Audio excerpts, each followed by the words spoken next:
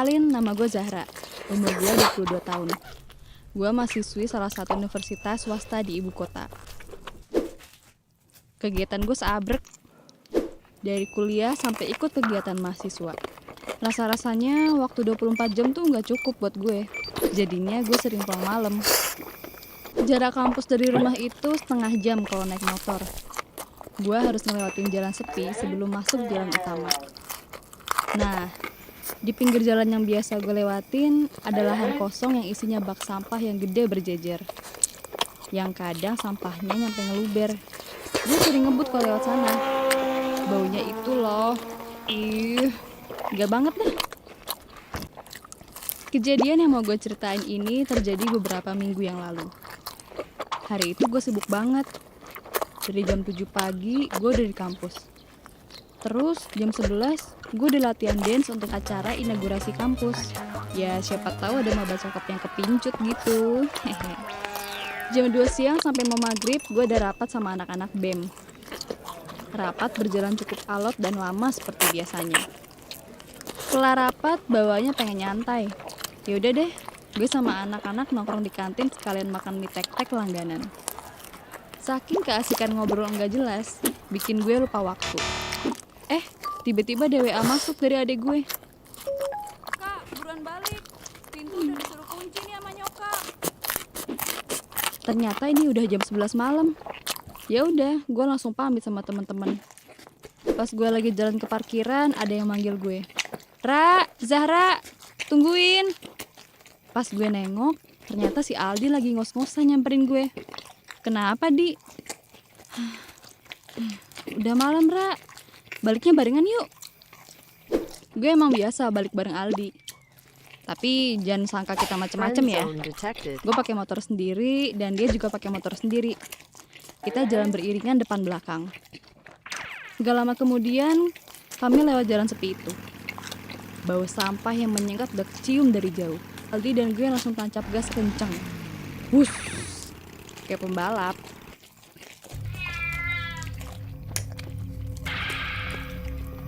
Nani? Tapi tiba-tiba gue ngerasa ban motor ngelindas sesuatu. Sampai akhirnya gue denger Aldi teriak. Zahra! Gue refleks nengok ke Aldi. Dia cuma diem aja.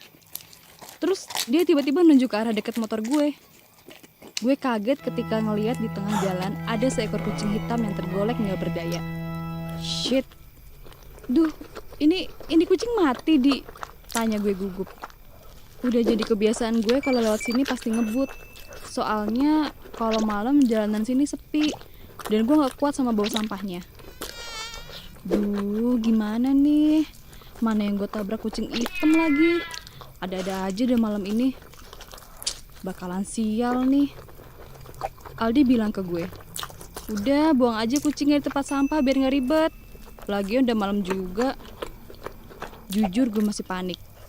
Gue lihat keadaan sekitar sepi dan gak ada saksi yang ngeliat.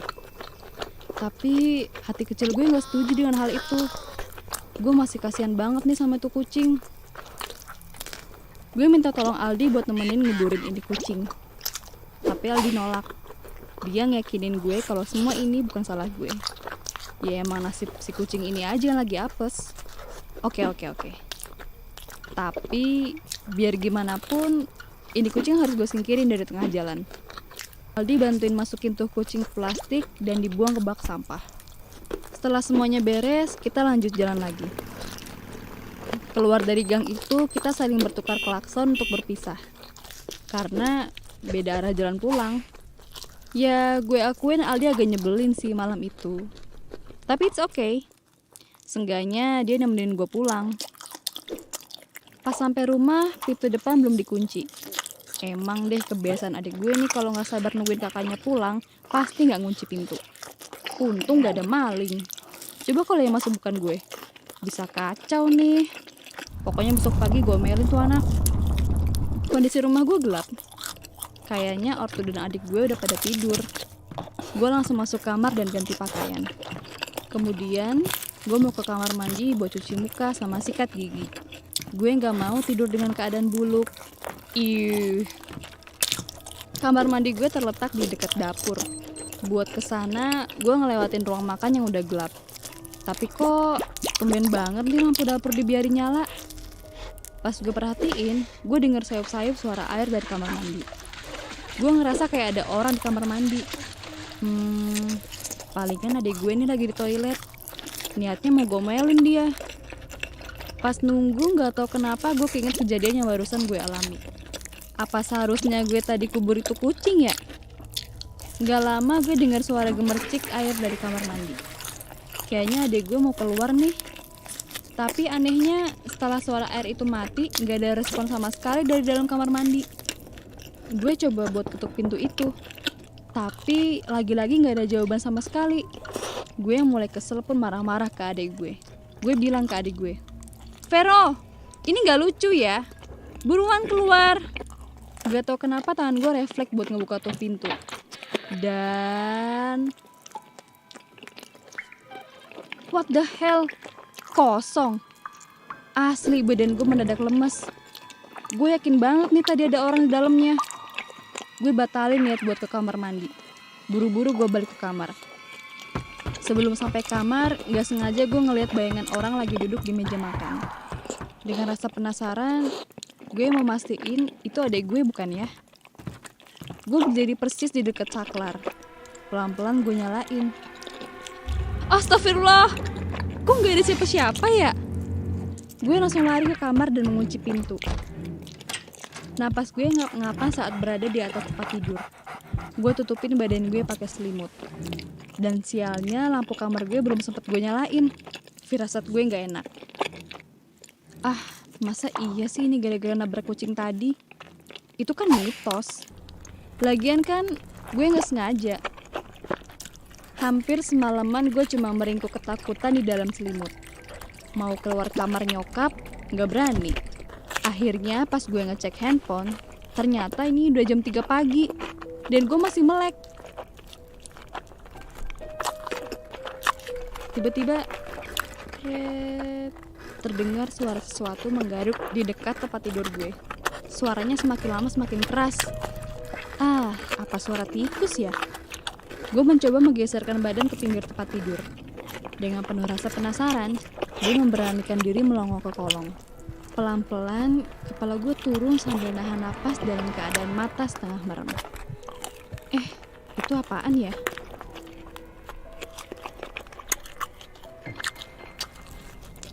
Sepasang mata menatap gue dengan sengit. Sontak gue terlonjak dan menarik kepala. Gue meringsut ke ujung kasur dan menyalakan senter HP. Dalam keadaan panik, gue coba arahin ke semua arah.